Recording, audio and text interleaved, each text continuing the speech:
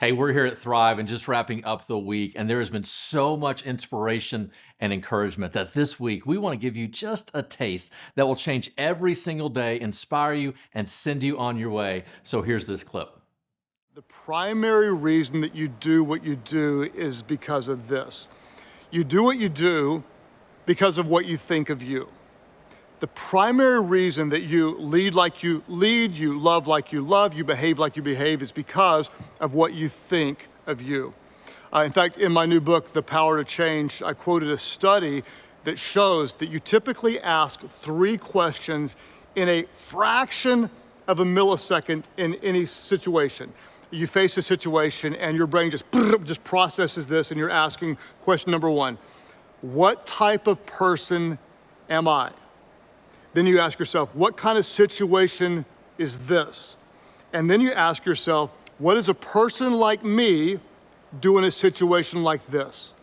Why do you do what you do? You do what you do because of what you think of you. The biggest driving force of your actions is your identity.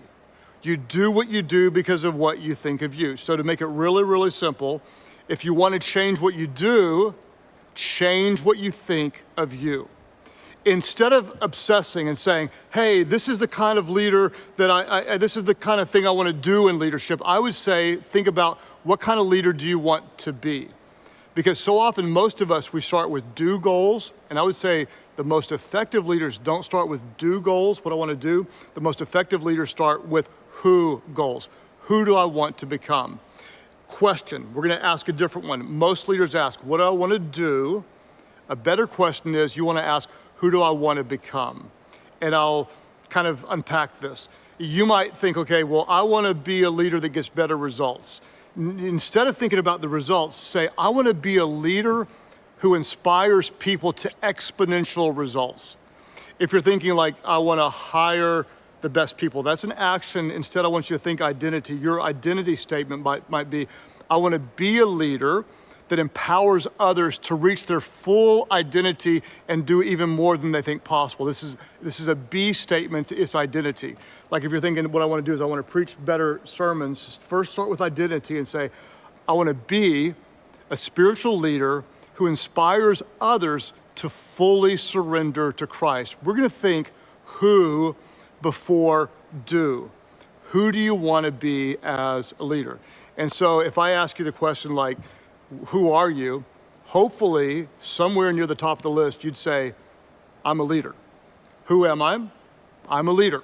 Because your identity will shape your actions. The problem is, some of you don't think of yourself as a leader.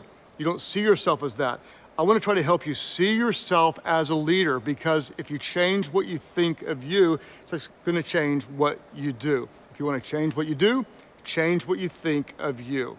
So what I want to do is I want to encourage you to create a very specific leadership identity statement.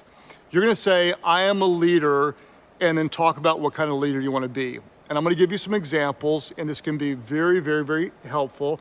It can be game-changing because you're going to start by changing your identity. You might say this, here is my leadership statement. I am a compassionate leader who deeply loves people. You say that over and over again. Or you might say, I'm an empowering leader who brings out the best in others. Or you might say, I'm a disciplined leader who is always prioritizing the day. It's identity. What you think of you determines what you do. Who are you? What kind of leader are you? Well, you might say, I am an empathetic leader who listens before speaking. Or you might say, I am a Spirit-empowered leader who boldly leads others to find life in Christ.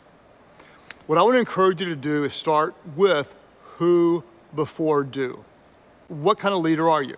And I want you to create some type of a statement. I am a leader who, whatever, fill in the blank, and then say it over and over and over again until you believe it. The first problem of why we're inconsistent, the first problem is we're focused on what you do, not on who you are.